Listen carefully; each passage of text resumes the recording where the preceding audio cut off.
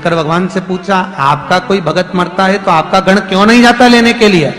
शंकर भगवान बोलते हैं, मेरे गण ऐसे हैं, किसी का मुंह लंबा है, किसी का मुंह चौड़ा है, किसी का मुंह ही नहीं है। जब कोई मर रहा होता है और अगर मैंने गण को भेज दिया तो आधा तो वैसे ही मर जाता है उनको देख के। तो शंकर भगवान बोले, मैं अपने गणों को नहीं भेजता। फिर शंकर भगवान बोले, मैं खुद जाता हूं, मैं स्वयं। नानी भाई का मायरा सुना आप लोगों ने? अरे बोलो तो, सुना है? उसमें सुना होगा नरसिंह मेहता ने शंकर जी के मंदिर में भजन किया। नरसिंह मेहता को भी अगर सांवरिया से किसी ने मिलाया था तो शंकर ने मिलाया था। प्रथम वैष्णव है शिव। नरसिंह मेहता रात भर रोए, भगवान शंकर आ गए, तूने शिवरात्रि के दिन मेरा अभिषेक करा, आंसुओं से करा है, चल मैं तुझे लेकर चलता हूं। क्या चाहता है? सांवरिया का दर्शन। ले गए सांवरिया का दर्शन, और लेकर जब गए, पहुंचे सांवरिया के मंदिर में, ले जाकर सांवरिया के गोलोक धाम में खड़ा कर दिया नरसिंह मेहता। सांवरिया सेठ ने पूछा, नरसिंह, अरे ओ नरसिंह। नरसिंह जी बोले, बोलो, तुझे लाया कौन है? कौन लेकर आया? तुझे लेकर आया कौन यहां? नरसिंह जी। उसी समय पर नेत्र बिंदु में जल भरकर कहते हैं, मुझे लाने वाला ये देव अधिदेव महा जो लेकर आए हैं, देव अधिदेव महादेव हैं जो मुझे लेकर आए यहां। केवल शिव, केवल शंकर। हो गए। भगवान समझ गए कि अगर दुनिया में वैष्णव जीवों को, परम भगवदीय जीवों को अगर कोई मुझसे मिला सकता है तो वो केवल एक ही है। कौन? शंकर। इसलिए अमृत पीने वाला देव होता है और विष पीने वाला महादेव। विष पीने वाला महादेव अमृत तत्व की ओर जो जा रहे हैं, अमृत तत्व की। महाराज देवराज के प्राण छूटे गए देवलोक भगवान शिव के धाम में। आगे वर्णन आया, एक बिंदुक नाम का ब्राह्मण था जिसकी धर्म पत्नी का नाम चंचुला देवी। क्या नाम है? चंचुला। बिंदुक भी ब्राह्मण है, ब्राह्मण कुल में जन्मा है, और ब्राह्मण कुल में जन्म लेने के बाद भी वो सत्कर्म नहीं कर पाया। कभी जिंदगी में कोई अच्छा कर्म अपने जीवन में नहीं कर पाया। पर वेदव्यास जी ने बड़ा सुंदर लिखा है कि पुरुषों के नाम के आगे कभी धर्म नहीं लिखा, पर तुम्हारे नाम के आगे धर्म पत्नी लिखा है। क्या लिखा है? धर्म पत्नी। पतियों के नाम के आगे धर्म पति नहीं लिखा, कहीं धर्म पति नहीं लिखा गया, पर धर्म पत्नी का संबोधन क्यों लिखा? उसका कारण केवल इतना सा है कि पति कमाई कर कर लेकर आए, पति कमाए, खूब पैसा लेकर आए, पर लाकर वो पैसा अगर देता है तो पत्नी के हाथ में देता है। धर्म पत्नी के हाथ में इसलिए देता है कि तू इसकी कमाई में से थोड़ा सा धर्म में लगाना, सत्कर्म में लगाना। मुझे धर्म इसलिए नहीं लिखा, वेदव्यास जी ने पति के नाम के आगे धर्म पति इसलिए नहीं लिखा क्योंकि पति को अगर घर चलाना है, परिवार पालना है, कुटुंब पालना है, तो उसको झूठ बोलना पड़ेगा, बेईमानी करना पड़ेगी, कपट करना पड़ेगा, छल करना पड़ेगा, उसको एक का दो करना पड़ेगा, तब जाकर घर चला पाएगा। तो इनके नाम के आगे धर्मपति नहीं लिखा, पर पत्नी के नाम के आगे धर्म पत्नी इसलिए लिखा, तेरा पति कितनी भी कमाई कर कर लेकर आए, उसमें से थोड़ा सा निकाल कर कहीं सत्कर्म में, कहीं धर्म में, कहीं शिव पुराण में, कहीं भगवत भजन में, कहीं स्मरण में थोड़ा थोड़ा लगाते रहना, तो पति को भी बैकुंठ ले जाना, खुद भी चली जाना। पर माताओं ने उसकी कमाई में से निकाला तो सही, पर सब डेंटिंग पेंटिंग में लगाया ही, धर्म में लगा ही नहीं सके। धर्म में लगता तो धर्म पत्नी का पथ होता। धर्म पत्नी के पथ। चंचुला देवी बिंदुक चोरी कर कर ला, बिंदुक धन। आज बिंदुक चोरी कर कर ला रहा था, एक दीवार पर चढ़ा, धन चोरी का सिर पे रखा हुआ था, कूदा, कूदते से ही पानी में गिर गया। उसको नहीं मालूम था यहां बावड़ी है, उसको नहीं मालूम था यहां कुआं है, उसमें कूद गया। जब गिरा प्राण छूट गए। भागवत, शिव पुराण, अग्नि पुराण तीनों कहती है 3 तरह से मरे हुए व्यक्ति को कभी वैकुंठ नहीं मिलता, 3 तरह से मरे हुए व्यक्ति को कभी स्वर्ग नहीं मिलता, 3 तरह से मरे हुए व्यक्ति को कभी मोक्ष नहीं होता, 3 तरह से मरा हुआ व्यक्ति कभी भगवान के धाम तक नहीं पहुंच पाता। पहला, पानी में डूबकर मरा हुआ। दूसरा, सर्प के डसे से मरा हुआ। तीसरा, स्त्री के हाथ से मरा हुआ। ये जो बच्चे लोग कह देते हैं ना, कई बार लड़के लोग कहते हैं छोरी की याद में मर गया, उसके चक्कर में सुसाइड कर लिया। इनको एक बार शिव पुराण, भागवत पुराण अच्छे से सुन लेना चाहिए कि तुम उसकी याद में मरोगे, प्राण त्यागोगे तो तुम्हारा जीवन ना तो नरक जाओगे ना कभी स्वर्ग जाओगे। प्रेत की योनि में जिंदगी भर इसी पृथ्वी पर प्रेत बनकर भटकते रहोगे, भूत बनकर, प्रेत बनकर। मुक्ति नहीं है। शिव पुराण कहती है मोक्ष नहीं है। मुक्ति है कहां? भटकोगे, ना कभी बैकुंठ मिला है ना कभी नरक मिला, पड़े हो, भटक रहे हो जगत में। जैसे कोई आप कभी सूरज की किरण आ रही हो, उस पे आप देखना दर्पण लगा के थोड़ा तो ऐसे छोटे छोटे कण नजर आते हैं, बस उसी कण के रूप में ये प्रेत योनि में भटकता रहेगा। मुक्ति नहीं है उसकी। 3 तरह से मरे हुए व्यक्ति को कभी स्वर्ग नहीं, कभी परम पद नहीं, कभी बैकुंठ नहीं, कभी मोक्ष नहीं। पहला, जम के बोलो, पानी में डूबकर मरा हुआ। दूसरा, सर्प के डसे से मरा हुआ। और तीसरा, स्त्री के हाथ से मरा हुआ। मोक्ष नहीं, मुक्तता नहीं। आंख में आंसू।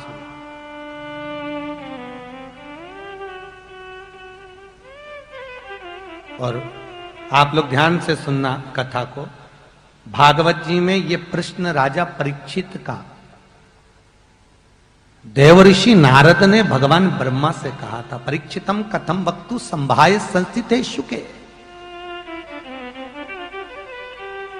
ये प्रश्न स्वयं राजा परीक्षित का प्रश्न देवऋषि नारद ने ब्रह्मा जी से कहा था। जब परीक्षित को सर्प ने डसा है तो उसको बैकुंठ कैसे मिल गया?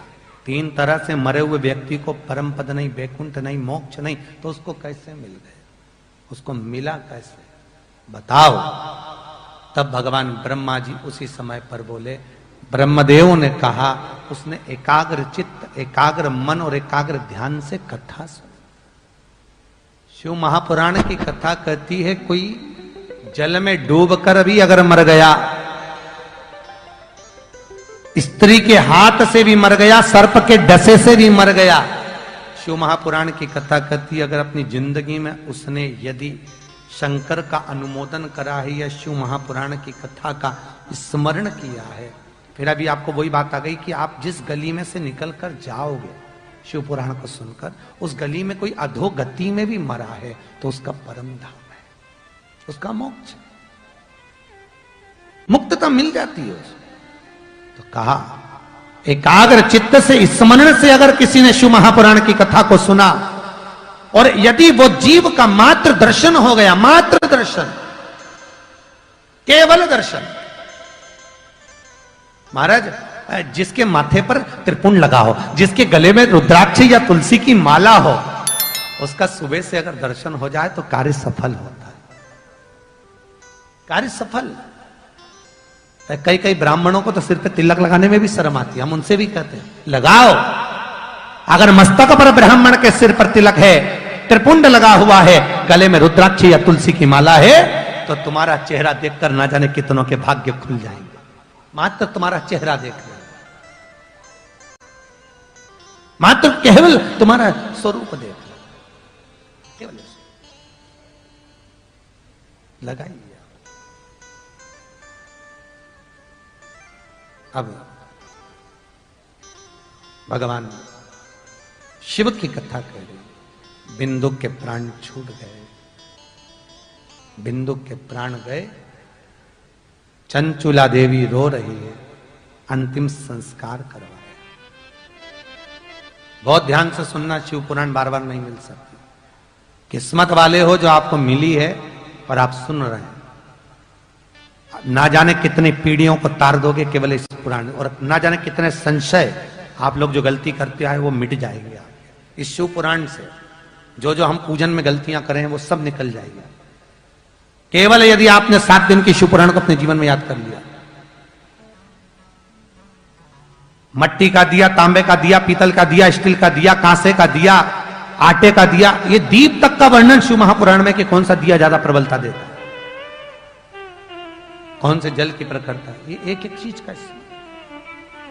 बहुत ध्यान से सुनिएगा। हमारा बिंदुक का चंचुला देवी रो पड़ी है, नैनों में जल है चंचुला के कि आज मेरा पति चले गया, आज मेरा पति समाप्त हो गया। आंखों में जल भरा था चंचुला के, नैनों से आंसू बह रहे थे चंचुला के। नगर के लोग सबकी सब आज काशी जा रहे हैं। चंचुला के मन में आ गया, पति का अंतिम संस्कार हो गया, सब काम हो गया, मैं भी काशी जाती हूं। जिंदगी में कभी चंचुला देवी काशी नहीं गई थी। और आप सब जानते हो पूरी दुनिया में केवल एक ही नगरी है काशी, जिसको अभिमुक्त नगरी कहते हैं। कौन सी नगरी है वो? अभिमुक्त। दुनिया का कोई संत यदि अपने प्राणों को त्यागना चाहता है तो वो काशी में त्यागना चाहता है। श्रीमद् वल्लभाचार्य जी, आप लोगों में से कई लोग होंगे ब्रह्म संबंधी, जिन्हें ब्रह्म संबंध भी लिया होगा। श्रीमद् वल्लभाचार्य जी ने स्वयं गोवर्धन नाथ जी से पूछा, मेरे वल्लभ ने, कि गिरिराज बाबा मेरे प्राणों को मैं कहां छोड़ूं? तो गोवर्धन नाथ जी बोलते हैं आप काशी चले जाइए। काशी क्यों? तो गोवर्धन नाथ जी कहते हैं काशी की भूमि एक ऐसी भूमि है जहां पर माता पार्वती ने शंकर से 2 वर मांगे हैं। एक वर माता पार्वती शिव से कहती है कि जिन पति पत्नी में आपस में झगड़ा हो उसमें प्रेम बढ़े, झगड़ा हो तो प्रेम बढ़े। शिव जी ने कहा तथास्तु। आज भी पति पत्नी में झगड़ा होता है तो उनमें प्रेम बढ़ता है।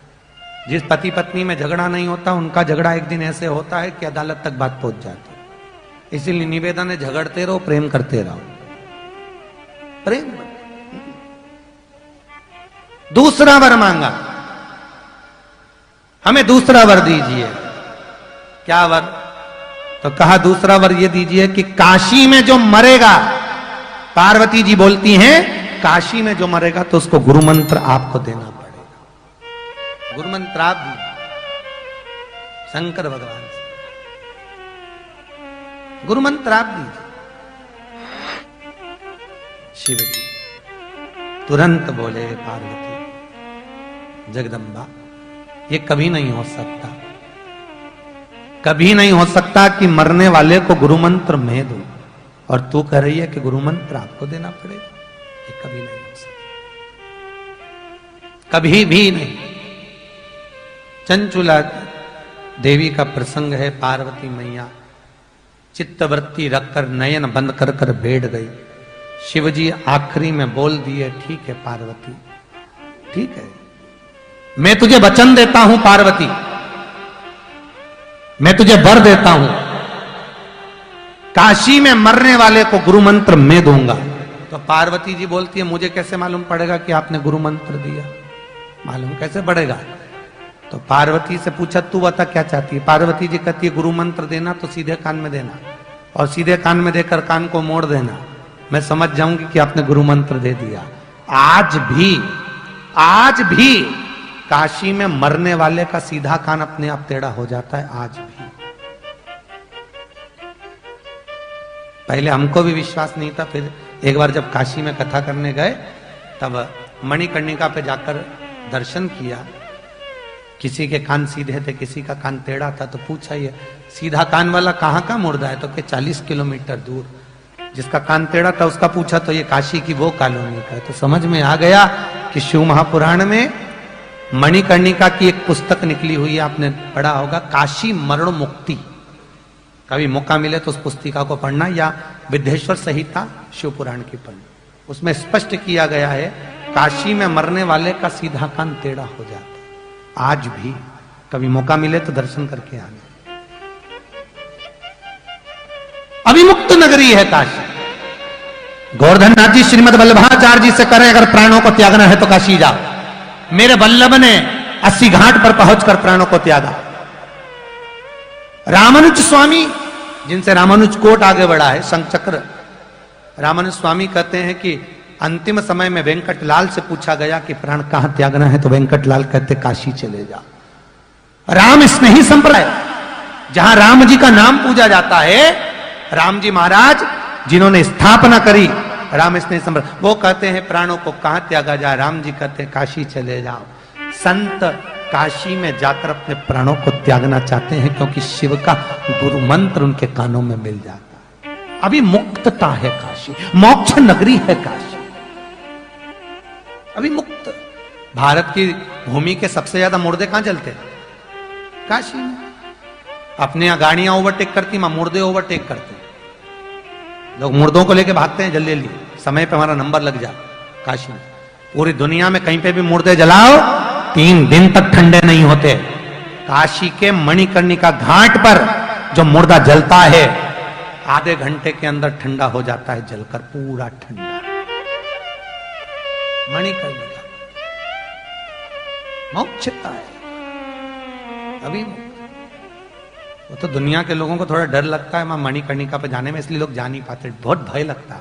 मणिकर्णिका के घाट पर पहुंचोगे ना, और मैं तो कहता हूं जिसको अहंकार है ना बहुत दौलत का, धन का, काया का, माया का, मेरा निवेदन है उसको एक बार मणिकर्णिका के घाट पे जरूर ले जाओ, पकड़ के ले जाओ। चल तू दर्शन, चलकर दर्शन तो करो।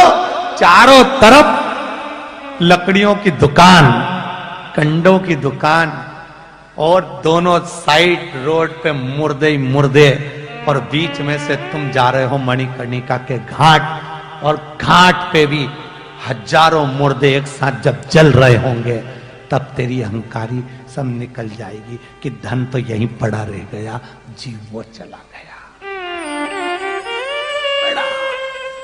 जिसको अभिमान हो उसको एक बार काशी ले जाओ, एक बार मणिकर्णिका के घाट जरूर जाओ, दर्शन करा। इसको कहते हैं जीव। कहां अभिमान, क्यों फूला फिरे? अभिमान, धन, दौलत, काया, माया सब बड़ी है, सब बड़ी। किस बात का अभिमान करो रे? किस बात का? जबरदस्ती फूला फिरो 24 घंटा दर्पण के सामने, छोटी बना पैसा कमाया धरहंटी में, तो कहा अभिमान? सब मान मेरा कहना नहीं तो पछताएगा, माटी का खिलौना। बारे जोधपुर वालों, तुम्हें तो याद है?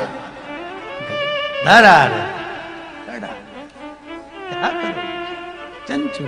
ओम श्री शिवाय। नमस्ते एवं दर्शकों, पंडित प्रदीप जी मिश्रा द्वारा जो है कथा का जो वाचन है वो महाकुंभ प्रयागराज में किया जा रहा है। जैसा कि आपको पता है पंडित प्रदीप जी मिश्रा ने जो है अपनी कथा का जो वाचन है वो प्रयागराज में कर दिया है। तो प्रयागराज में जो भी कथाएं चल रही है उन सभी कथाओं का जो वाचन है वो आपको हमारे चैनल पर मिलता रहेगा। इसी के साथ में जो है प्रतिदिन जो भी कथाएँ आती है या फिर जो भी कथाएँ नए नए जगहों पर होती है मिश्रा जी की, वो सभी कथाएँ जो आपको हमारे चैनल पर मिलती रहेंगी। इसी के साथ में जो है बहुत सारा जो वर्णन है जो अन्य कथाओं में नहीं मिलता है वो आपको हमारे चैनल पर देखने को मिलेगा। इसके लिए आपको कुछ नहीं करना है। अगर आप भी जो है प्रतिदिन हमारी कथाओं को सुनना चाहते हैं तो हमारे चैनल को सब्सक्राइब कर ले और पास में आ रहे बेल आइकन को प्रेस कर ले, ताकि हमारे प्रतिदिन आने वाले वीडियोस को आपको जो है नोटिफिकेशन मिलता रहे। इसी के साथ में मिलते हैं अगली कथा में, तब तक के लिए हर हर महादेव।